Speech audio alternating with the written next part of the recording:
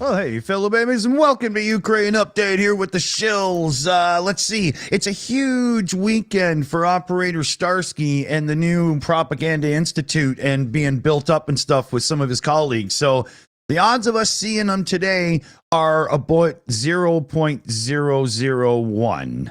But you never know, right? And we got Commander McMillan with us, of course. How you doing, Commander? Good. Excellent. And we've got Secular Sekai joining us today, who is Tridents against Tyrants on YouTube. He's got this channel going now. Hey, man, welcome. Hey, glad to be here. So, yeah, tell everybody, just in brief here, what you got going on in the channel, and we'll get the mods dropping the channel link and stuff, and away we go. Got a couple of things going. I mean, other than just general content to support Ukraine, I guess the two biggest things are we've got a fundraiser for assisting Ukrainian soldiers, armed forces in Avdiivka area of the 110th Mechanized Brigade. And then the next thing would be we're looking to organize call campaigns for both Americans and EU citizens to urge their representatives to continue support to Ukraine. All right. Cool. Yeah, and he's got some good fundraising efforts going on and whatnot. Channel's building nicely, so go check out Tridents Against Tyrants. You're going to like it, especially if you like Starsky's content, you like Rick the Ukrainian's content, you're going to like it. So get on over there. We were thinking we would start right off at this point with the reports about the Russian drone manufacturer ramping up production. If this is all proper and true, and it does seem to be so far by reports, I'm not saying 100% because right now, weeding through things is getting more difficult. It doesn't bode well for the effectiveness of sanctions because, as I understand it, these things can't be produced without equipment that should be sanctioned getting through.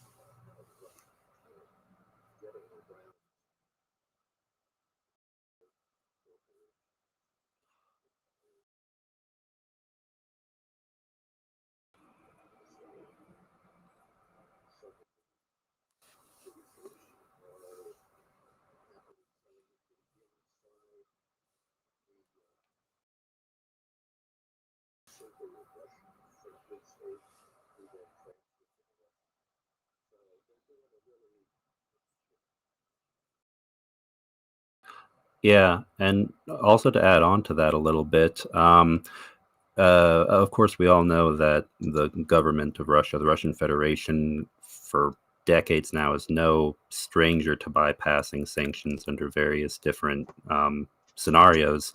But also the fact that they're doing so much business with the North Koreans, who themselves, if you've ever asked yourself, how does North Korea afford to, keep its like 1% or less than 1% of the population that's in charge of military and everything so rich?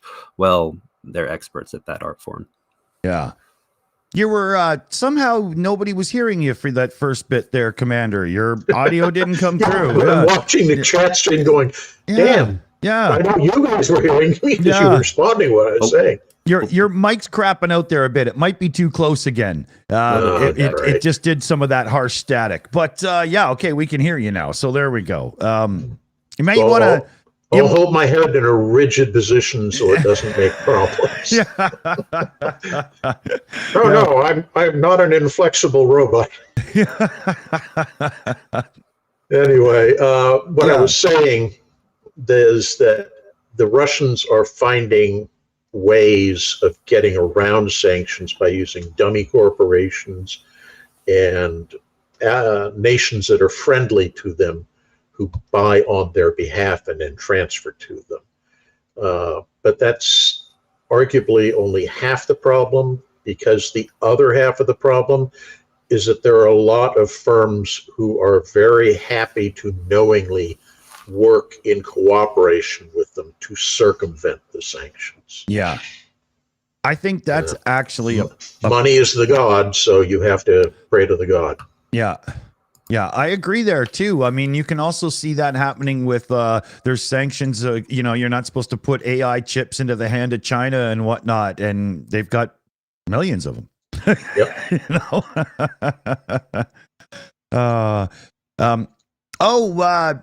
Secular Sekai, if you can say hi in the live chat, then people can tag you with questions, because there seems that people would like to say hello and whatnot. Yeah, absolutely. Yeah. I'll do that right now. Yeah. White Lightning 777 drops a member message in. Where are the F-16s? Still in Europe. Yeah, this is red tape to the extreme now. Well, honestly, it's not entirely red tape. A lot of it is training issues. The Ukrainian pilots are being trained in Western European countries, and I should categorize Western, I just mean anything that's in NATO. Yeah. They're being trained in those countries to transition to those aircraft. And it's a much longer process than I think most people are aware of. So I would expect to see those in service in Ukraine probably sometime early summer. That would be my best guess. Right. Right. Oh. And regarding the F-16s, one thing that I've been actually needing to look into a bit more, as far as the logistics for being able to use them and continue to utilize them on the battlefield, with everything being as kind of flip-flop as it has been with support, being sent from the US recently, does Europe have the capacity to provide that in lieu of the US, having funds to Ukraine frozen like they are right now? Yes, you can, because the U.S. has agreements, or U.S. has given permission for American manufacturers, and I think it's McDonnell Douglas, no, General Dynamics who makes the F-16. They have permission to sell parts to the European countries, who could then transfer them on their dime to the Ukrainians. Right. Okay. That's good. That's good to know. It's a workaround, but it works. A working workaround. So yeah, I wish that there was more repercussions for companies and entities that are actively and knowingly getting around the sanctions so that they can still trade and make money from the source. I think consequences or lack thereof is not helping with motivation to be on the side of good. You know? Yeah. And the others, it sounds weird to say it this way, but the other side of the problem is the sanctions are a legal issue. So a clever company, and remember, most of these big international conglomerate companies all have banks of lawyers that, equal the population of small countries. They are able to find ways to legally argue out of being in violation of the sanctions. Right. There's one hell of a, an argument to be made, like lawyers, and they big courts and cluster stalls and stuff. That's, big time. We have a direct $10 donation tip in from Raven7. Thank you very much, Raven. I wonder if the heart thing works today. Yes, it does. There we go. Happy UK has committed biggest drone shipment. Yeah. I think we have this up to bring up. Pressure your politicians. Glad to see Bradley smashing a T90. All allies stick together. We can win it. Stay positive. Yeah. And I think that's one of the key things to understand here is that the U.S. focus for much of this coming year is going to be on the election process. Yeah. So trying to get stuff through Congress is going to be tough. So a lot of the heavy lifting is actually going to need to be done by EU countries. Yeah. I mean, the way that I'm looking at it, I think at the earliest, and I really think it'll probably be later than this, unless some big unexpected thing happens, like another change of the Speaker of the House, is March. Oh, that'll never happen. Never happen. Probably not. I mean, there's been some murmurings about it, but it was a huge deal when it happened to McCarthy. So with Johnson, I don't know if we'll see that happen. Yeah, I know primary elections are in March, but again, that's just the primaries. So, yep. Well, maybe that shakes a few things loose, but only time will tell. It might, but I would expect it won't. I think everybody's going to be focused, internally rather than externally. Yeah. So the Ukrainians need to realize that, and hopefully the Europeans can kind of fill the gap for that one period. I agree. Yeah, very much so. It'll be important for, my fellow Canadians to be up in the support and pressure in the government and stuff to help as well.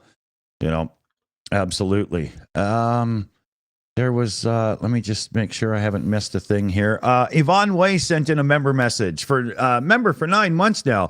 Slava Ukraini with flags and Ukraine colored hearts and a big trident and another big heart. And it's an excellent message. I like it. Hey, the hearts work twice. The thing isn't failing today. Imagine that.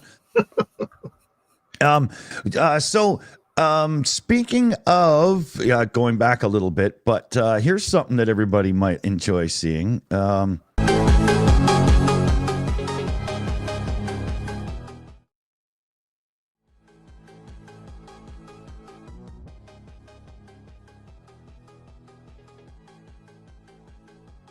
It's interesting to me that everybody is looking in the other direction. Yeah. And it's strange because I've got people in my neighborhood that, play with drones and such. You can hear those things pretty well. So it says that BTR's engine is making one hell of a lot of noise. Oh, they couldn't hear anything above it. Yeah.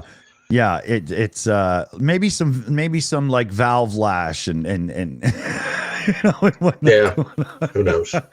But yeah, I thought everybody would want to see that clip there. I hope that damn song didn't get us triggered for anything. I'm looking in YouTube Studio right now.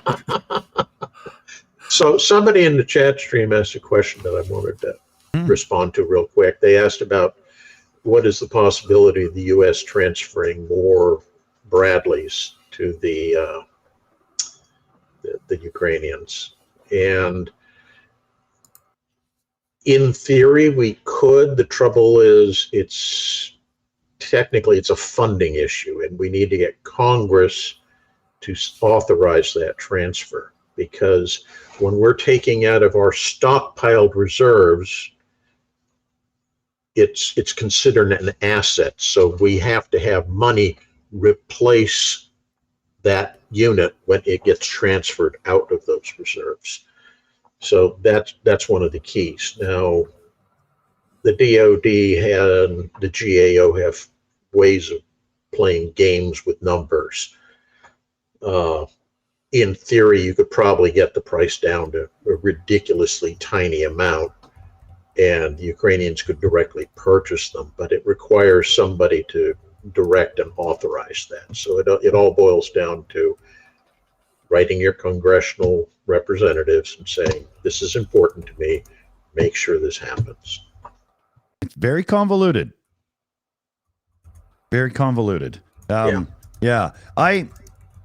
I urge anybody in the United States, if you're watching and you're a Ukraine supporter and whatnot, make sure that your voice is heard, so that others may follow suit and support the right people.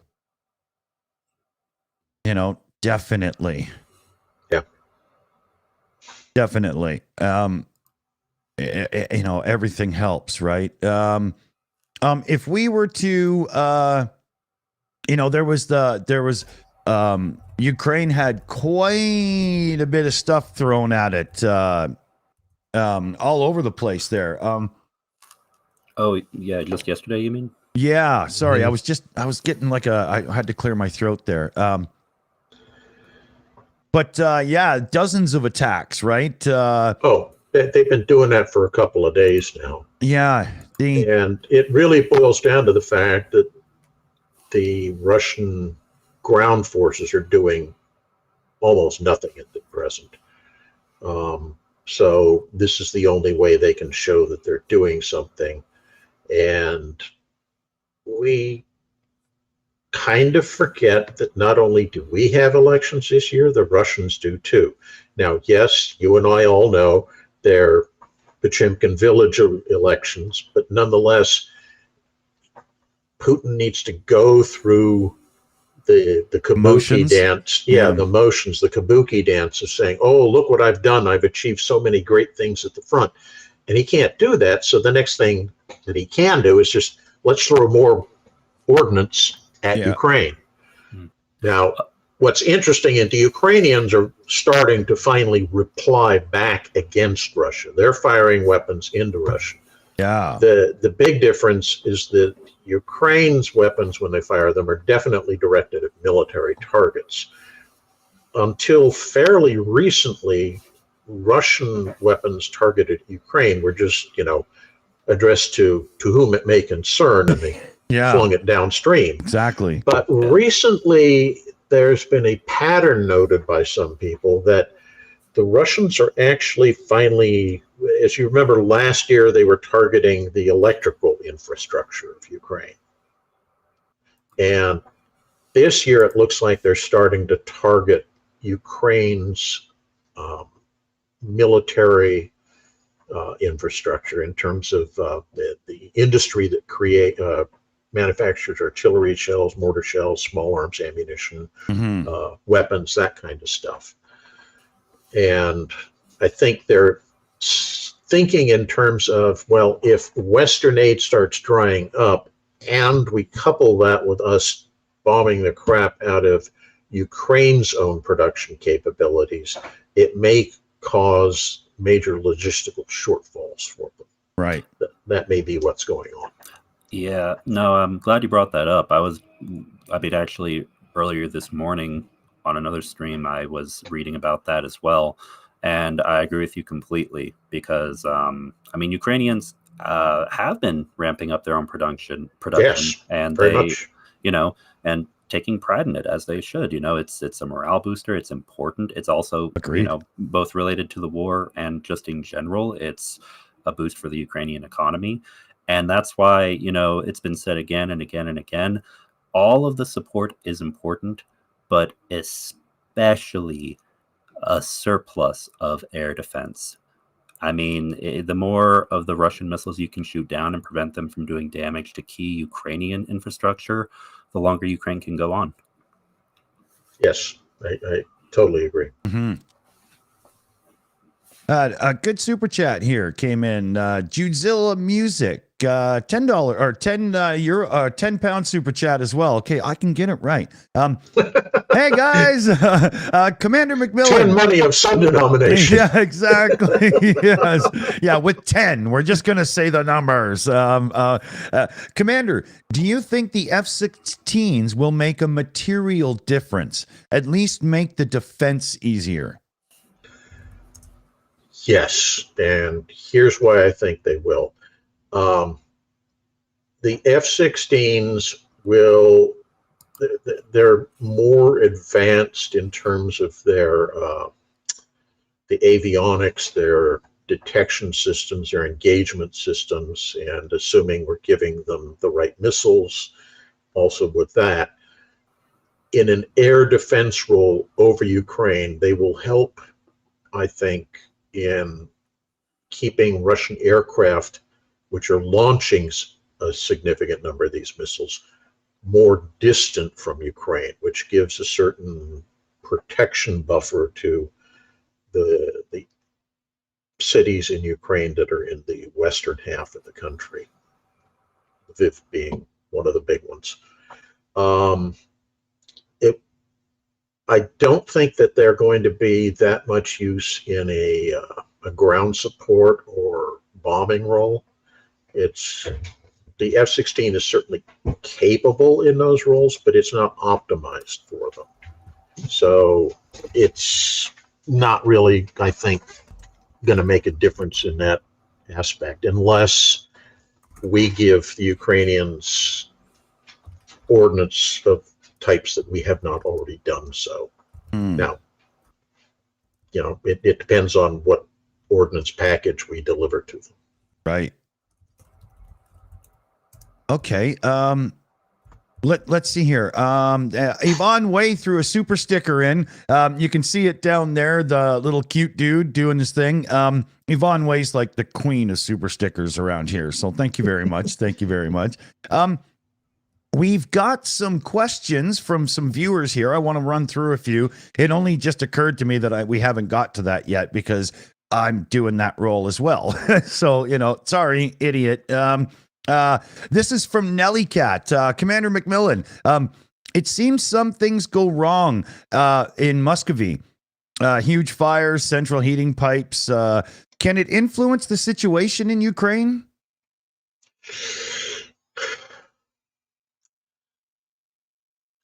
Technically, yes. Practically, no. And I need to explain that, obviously. So it could, if you had the potential for a popular uprising in Russia, if the people get pissed off enough that they start trying to seize power on their own. The trouble is there's very little historical precedent for that happening within Russia. It's not the way things happen. Change in Russia tends to be driven top down. So what you need is oligarchs who are getting frustrated and pissed off about how things are going, deciding to band together and remove Putin and his cronies. And the problem is with the system that they have in Russia, those people aren't suffering. The heating goes out in an apartment building. They don't live in an apartment building. They live in some palatial mansion on the outskirts of Moscow, and Right. you know, they've got their own generators, their own steam plants, et cetera, et cetera. So it's not going to really impact them. Oddly, the biggest impact, and we talked about this to an extent earlier, so remember that earlier part of the conversation, the thing that's going to influence them the most are sanctions. Because if they're losing money or even just not making as much money, they become dissatisfied and disgruntled. And if they start banding together and saying, hey, maybe Vladimir needs to take a vacation. Right. Right. N Hill in the chat there just dropped the hammer with a $55 drop into the Boom Boom Fund. Huge. Here, we'll get the laser beams out. Will it work? Yeah, there we go. N Hill. Great shout. Great shout. I think I'm caught up there. A couple more questions here for sure. There was one. I wanted to address one thing that's associated with the question. Oh, okay. We just went through. Thanks, N Hill. One of the things that I've been noticing, there are a couple of Russian streamers who very carefully step around the restrictions on what you can talk about. They do person in the street style interviews. And early on, everybody was, oh, we're going to kick these evil Ukrainians' butts into the sea, and Putin is the most glorious human being on the face of the planet, yada, yada, yada. Now I'm seeing a lot more veiled criticism. It's obvious. They won't say that they're criticizing Putin and the regime, but you can tell that's what they're doing. And people are pointing, 1420. Yeah, that's one of the guys that I'm talking about. And it's really fascinating to me because this has been slowly and progressively changing since the start of the war. But the thing that always struck me was early on, the main people who were saying things that were semi-critical were younger people for the most part. The guy with the orange mohawk or whatever. People you knew were dissident mindset type people. Right. Now you're seeing middle-aged and older people saying it. And when the babushkas start turning against you, you know you're losing the Yvonne in the street vote. So that's a sign of how bad conditions are starting to get there, when people are willing to go quasi-public on a YouTube post. Yeah. Yeah, we're not happy with the way things are going, and maybe we should consider a ceasefire. This really doesn't make much sense. The rest of the world hates us. I don't think that's a good thing, that kind of stuff. Yeah. Oh, yeah. Well, and of course, I personally think also a big part of it is the fact, maybe you guys had seen recently some of the reports of how there are entire cities in Russia right now that have no heat or limited electricity. Yeah. During the winter in areas of Siberia, even and food shortages. Oh. Yep. So really, I mean, once people get hungry, that's really when you start to see these things come out.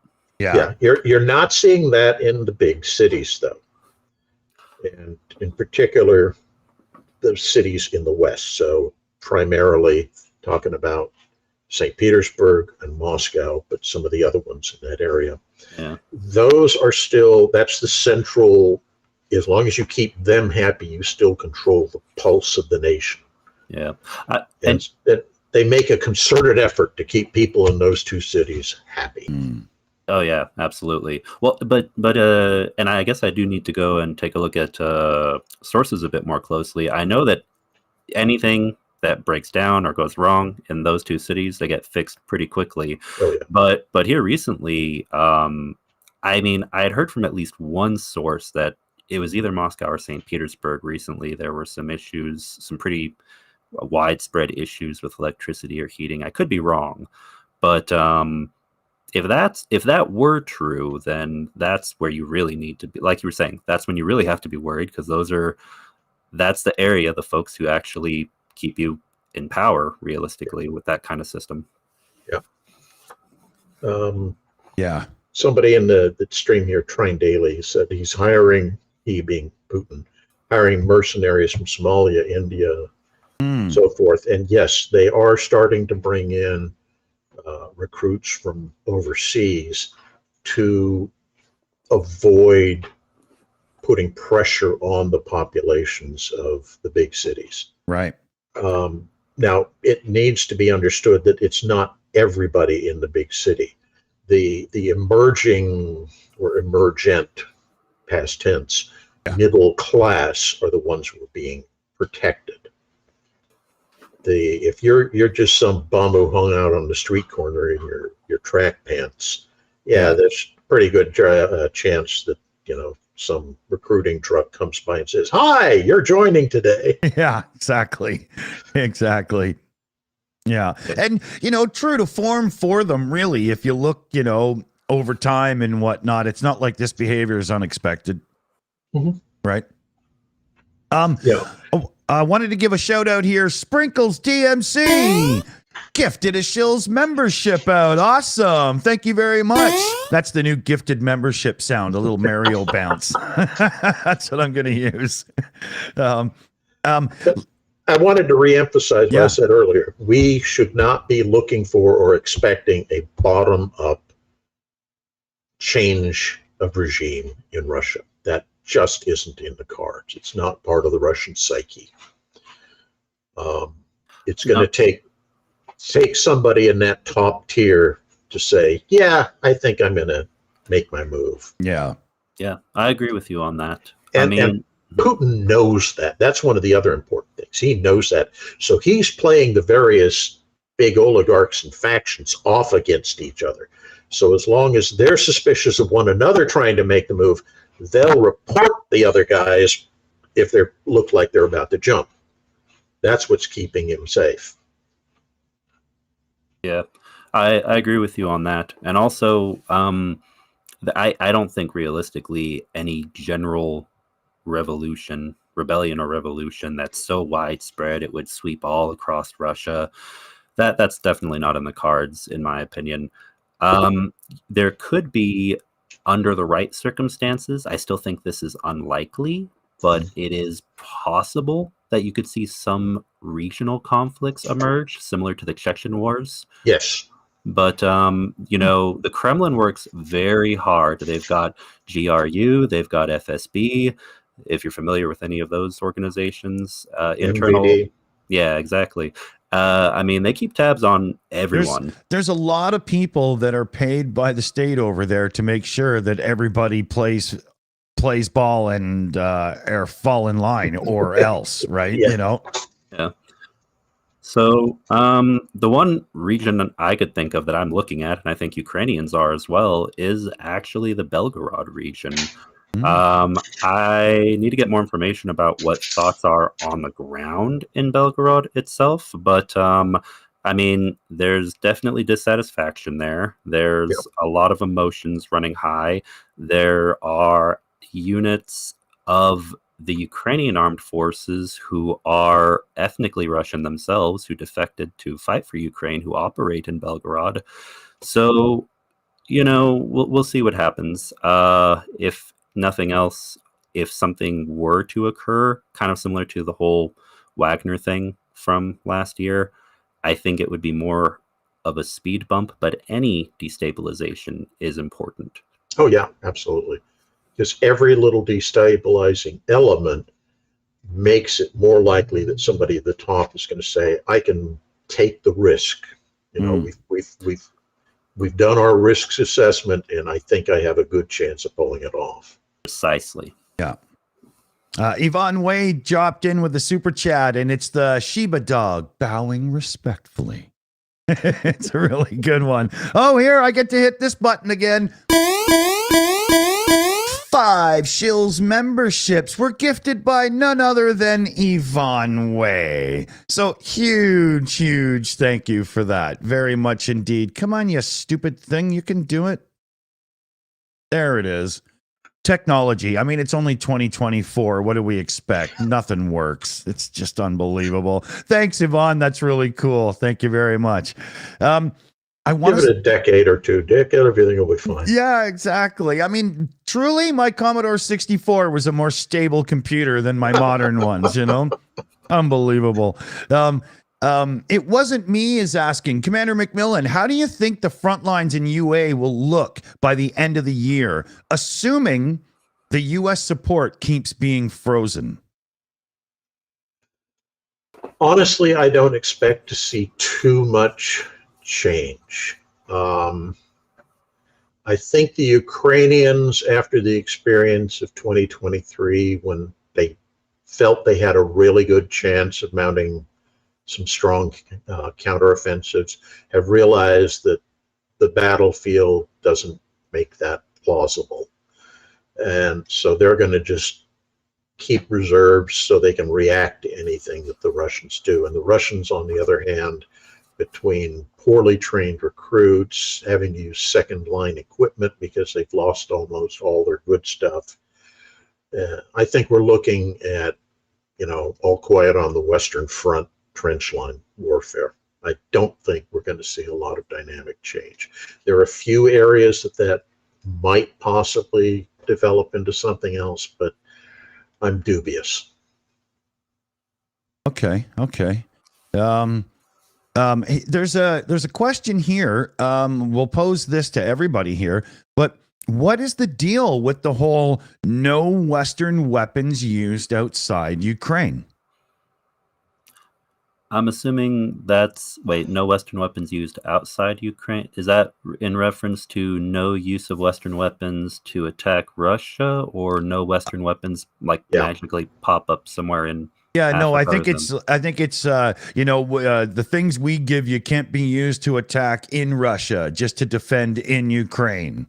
Okay. Well, to be fair, they have used them on occasion on attacking targets in Russia. Just oops. Wrong button. Sorry. I get muted. yeah. No, you're in. Saw that. Yeah. No, they have, but I think the big issue is the transfer of the weapons. That's kind of one of the conditional clauses. Is we don't want you using this stuff to attack targets inside Russia proper. And the fear there is that there is a potential for escalation.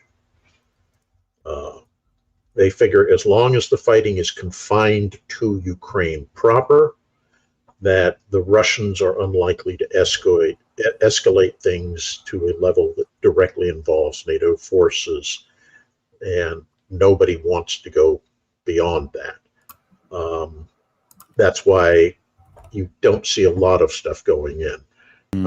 But to me, one of the giveaways is that when you do see attacks being made deeper inside Russia, they're very precise and they're on important military targets. And while I know the Ukrainians have a good intelligence service, I don't know how good they are in providing up-to-date targeting. So my suspicion is that we're giving the Ukrainians information saying, you might want to consider throwing a storm shadow at these coordinates. Not saying you have to, just something to consider. Right. Also, just a quick brief aside, what you said about Ukrainian intelligence. Yeah, the reputation is pretty good. That is the reason why you see me as an owl right now on the screen. We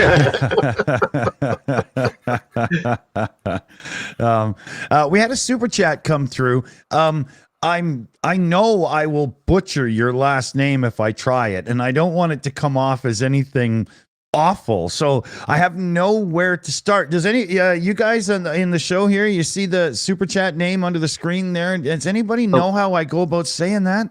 Let me take a look. I see it. Nosowitz? Yeah, Nosevitz. That's I wasn't sure, right? I wanted to make sure I didn't screw that all up. So big thanks. Thank you very much. Any news on parts shortages needed for repairs, such as for the Leopard tanks? From what I understand, there really aren't experiencing that, to the extent that the Ukrainians are making a strong effort to recover any of that equipment off the battlefield because they're able to turn it around and get it back to the front fairly quickly. And that's a comment both on availability of spare parts, but also on the robustness of Western vehicles as compared to Soviet-style vehicles. Right. You look and, you get a T-90, which is pretty close to top of the line Russian tank, and it gets hit, and, the turret does this wonderful acrobatic flip in the air. It's very impressive. The judges at the Olympics are giving them high marks. But when you do that, you can't really repair that tank. Conversely, Western tanks, they seem to keep their turrets on fairly well. That's I've got this great image in my head of woo, slow motion, parts flying. Yeah. Yeah, it's not to say that the tanks, turn around in a week or something. They probably take a couple of months because they have to do the field repairs and identify what parts are needed, then get the Rheinmetall or whoever to provide the parts, then install them, then test the vehicle. It's going to take time. Right. But they are returning those vehicles to the front. Right. We got one here. Let's see. Leathercat. Wouldn't it be of greater benefit to Ukraine to pair F-16s with A-10s rather than just one or the other? Yeah. There's been a lot of debate going on in the war blog circles of people who, can tell you all the dynamic information about every pistol up to every aircraft and tank in great detail, but they don't understand soft factors worth a damn. But the issue there, and as I understand it, because I'm not that kind of a techno dude, the way I understand it is the A-10, while it's a great plane, presents some both training and maintenance type issues to getting it into service fairly quickly. Also, those are comparatively older airframes that we've been working pretty hard, and we're phasing them out of our inventory. So how many flight hours are left on them is another question. But yeah, if I were the guy sitting in the big chair and making all the decisions, yeah, you'd see a combination, not just of F-16s and A-10s. I'd also throw some F-15s in there for high cover. Right. But I just want to show this here. We were talking about this quick pre-stream, but it turns out that people are going to drastic measures in St. Petersburg right now to keep warm as it gets cold. I mean, never mind, burning a barrel full of garbage. They just torched the damn building. Look at this. Well, if you're living in the adjacent apartment block, that could keep you warm for a couple of days if you let it, really stew up properly. Yeah. I mean, you might need a mask because of, some things that burn aren't very nice to breathe in and stuff. But still, it's a great trade-off for warmth, Yep. I just keep waiting for the day that I see the walls of the Kremlin and St. Basilica like that. Oh, yeah. Nah, come on, that's a UNESCO heritage site. We don't want to burn it. Oh.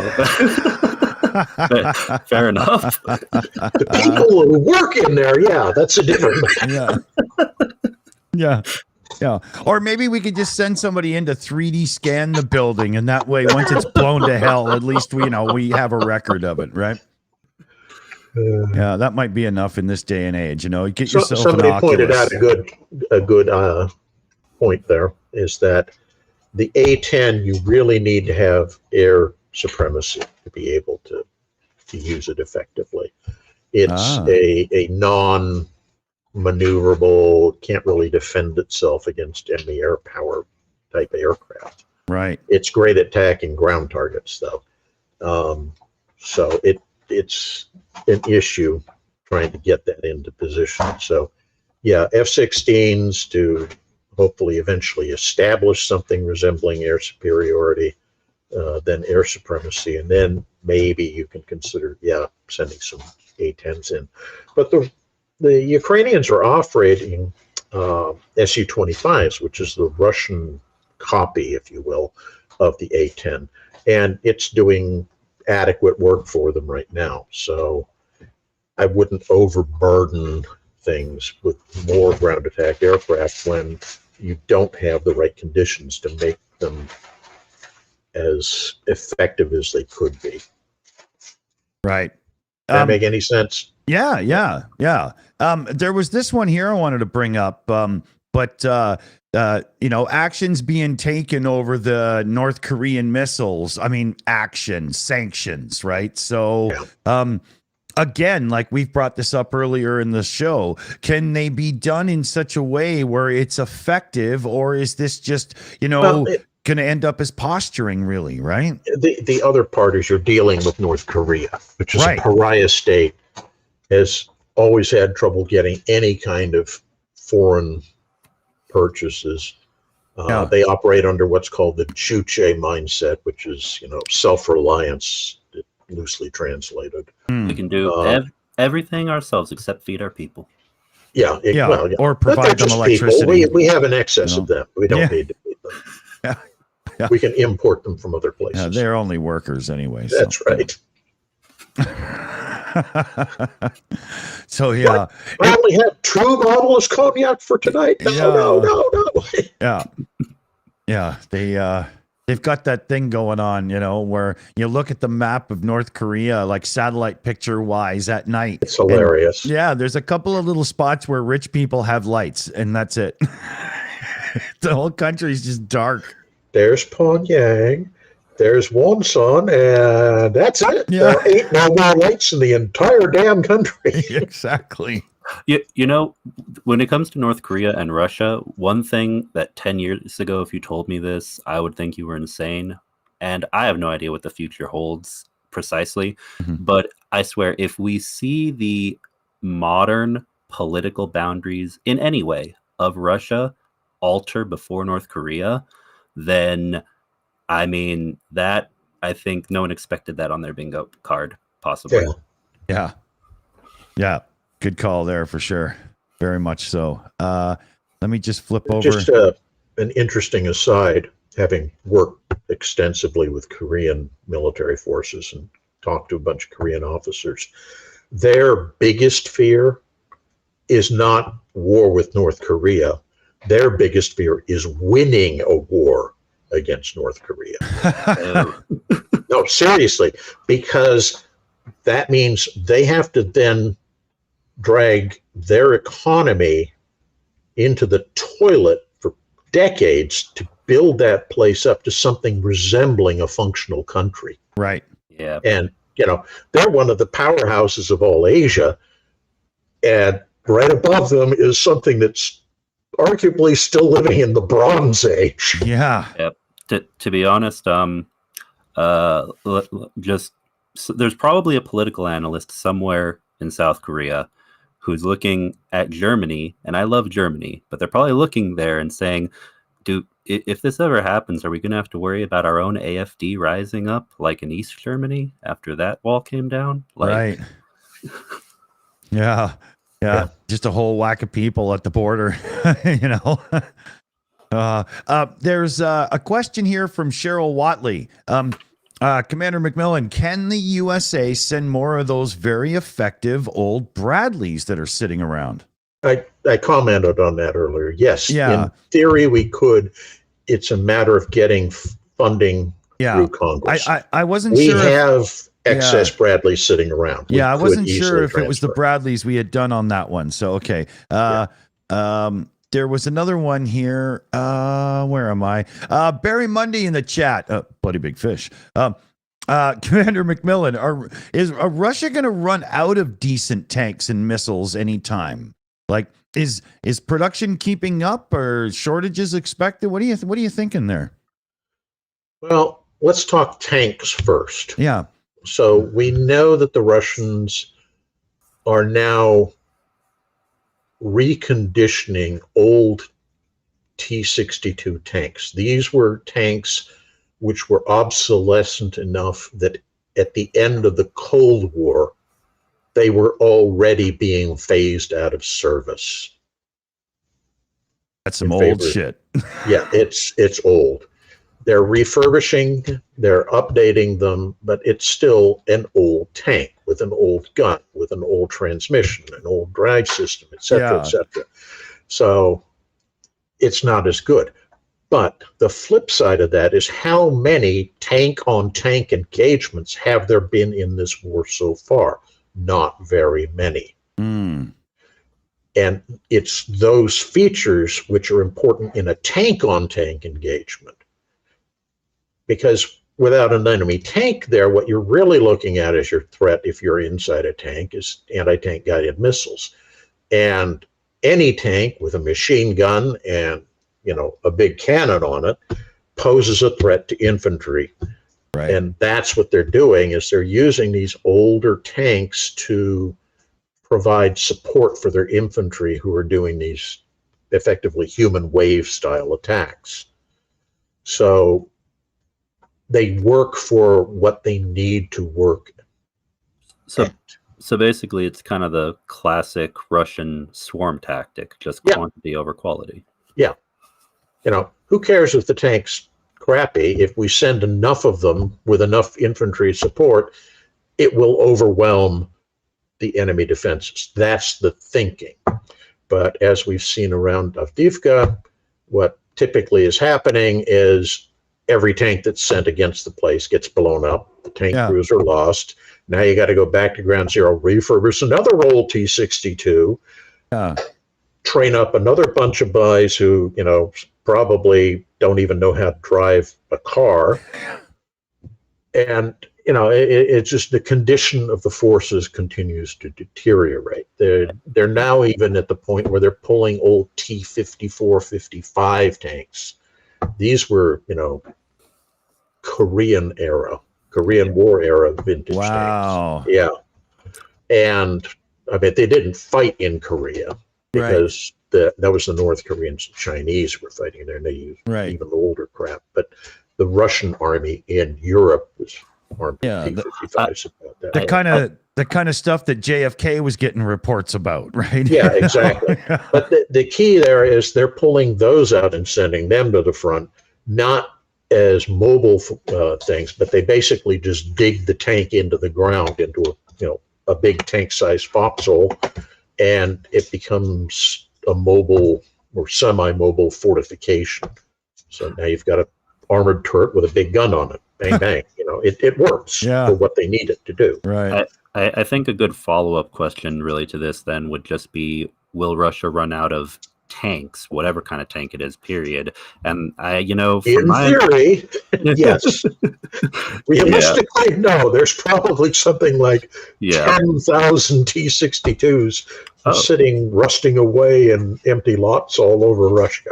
Oh yeah, and if they really decided they wanted to, I mean, Tajikistan, several other ex-Soviet countries, maybe even Cuba, they've got places where they could buy some of this old crappy equipment back if they needed to bypass sanctions. But really, this is something that I think this conflict, when it comes to an end, it's going to depend on either something big happening somehow inside of Russia that changes things, or a definitive amount of support from the West that's really ramped up after elections are held, that lets the Russians know, okay, this is going to cost you a lot. Do you want to keep fighting for 5 more years over this?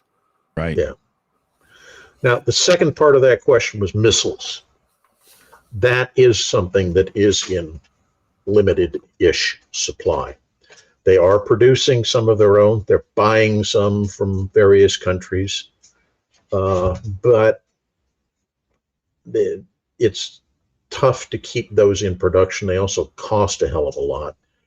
So eventually they're going to start running low. And that's why I think one of the things you find is that if you analyze the Russian bombardment pattern, it's like, okay, we're going to launch 100 missiles today, and then the next day they only launch like 4. Right. And then the day after that they launch 80 missiles, and the day after that they don't launch any, and the day after that they launch a dozen, and then the next day they launch 100 again. the idea is they have to move all those missiles out of storage up to the front. They have to do analysis of what they've allegedly targeted to see if they actually hit it and whether they want to waste more ordnance on it. So as they're doing this, it's becoming evident that the number of missiles that tend to be fired on average is slowly going down. Right. Not as much as people would like, obviously, but it is declining. And that, to me, suggests that the overall stocks, the availability of those missiles, right, is less than it was at the start. Yeah. So that's something we might, they will never run out entirely, but it's something we might see gets to the point where they have to start being real picky and choosy about when they fire and what they're firing at, rather than just, let's see if this hits something. Right. We got a member message here from Tyler Dowdy. Have you seen the video of a Bradley versus the T90? I haven't. I'm going to have to look that up after, but we're right close to the end of our time today. I can't really go past the hour mark. I got to kick into parenting mode in a bit here.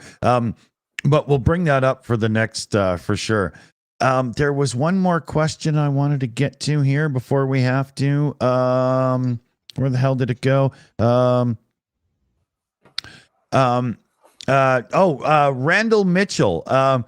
What are your thoughts if NATO put boots on the ground in rear logistical positions? Ooh, that's interesting. Yeah. Arguably, all these recently hastily mobilized recruits, that would be a good thing to do because they can be trained while they're doing their job of just loading trucks or what have you. Mm-hmm. The trouble is that they need to keep manning the front lines. And as long as they continue to try these pointless offensive efforts against Andivka, starts with a B. Damn, the other city. Bakhmut?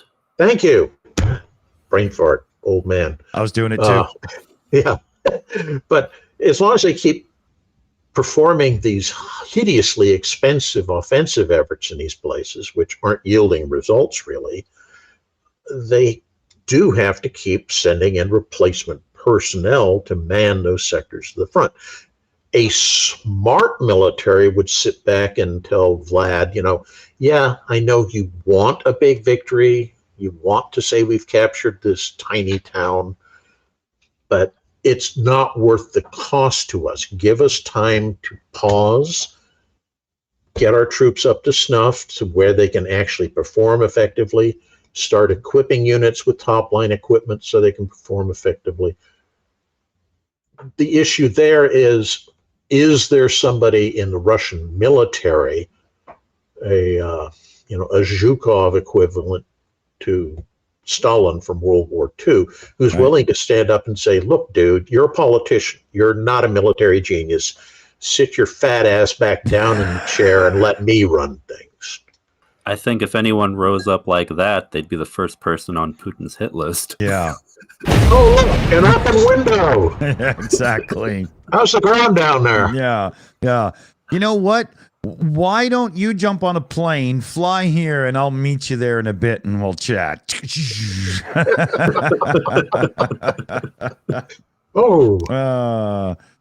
Friendly fire incident. How unfortunate.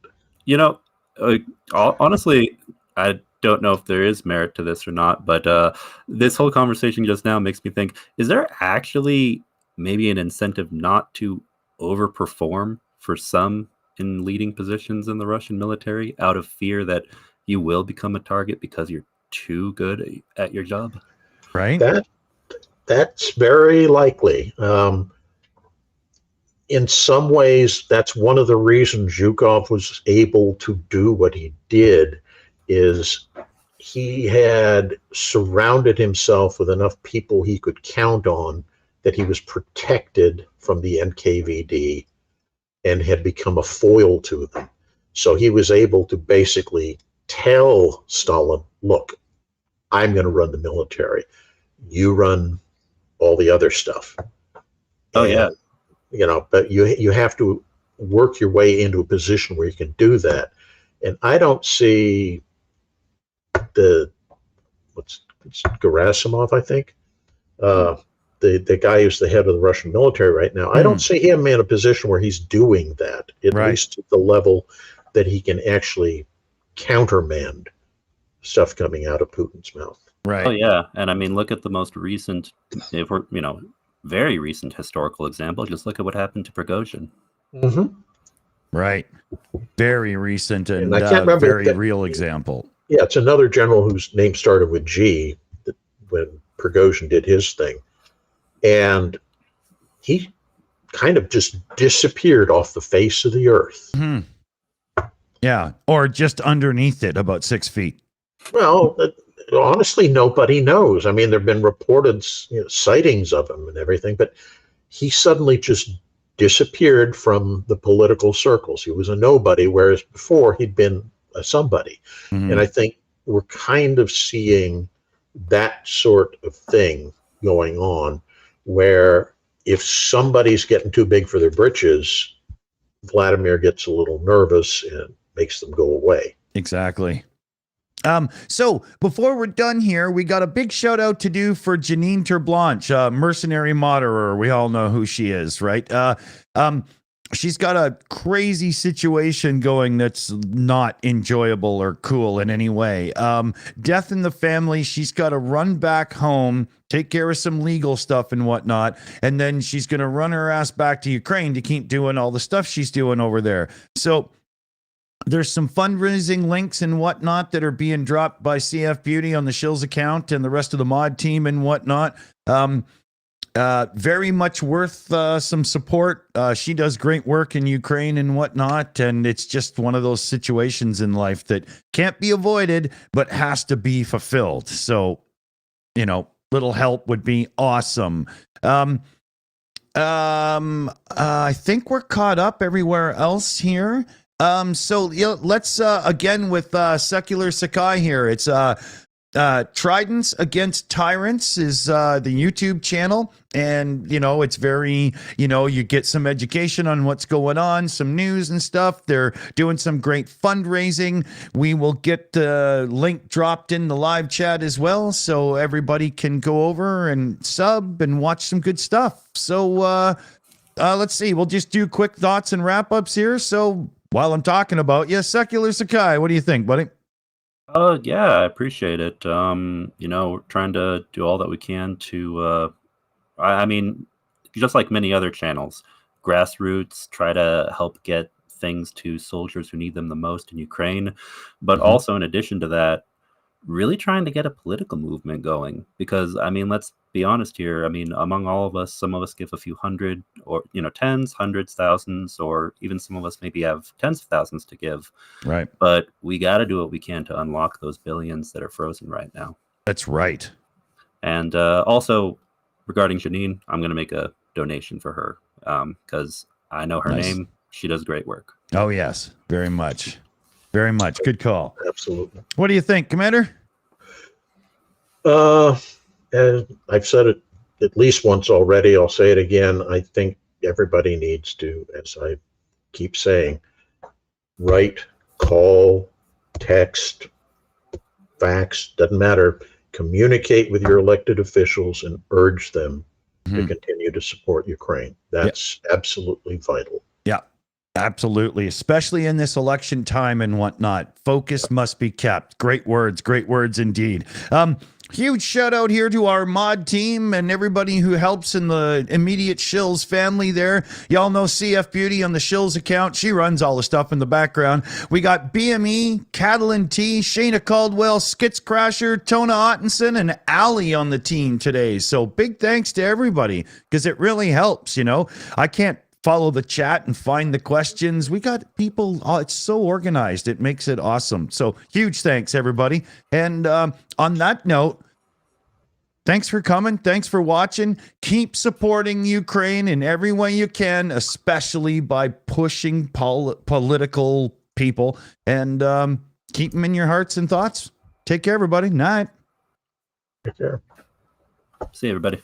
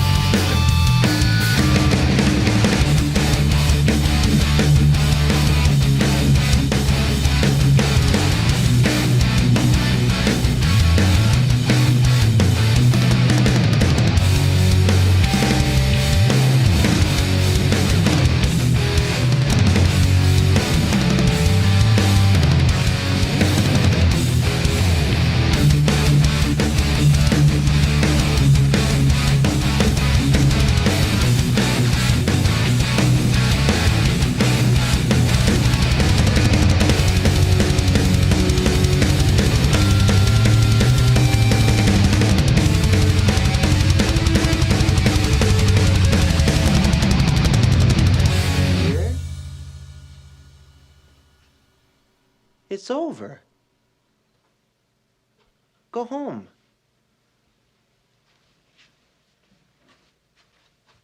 Go.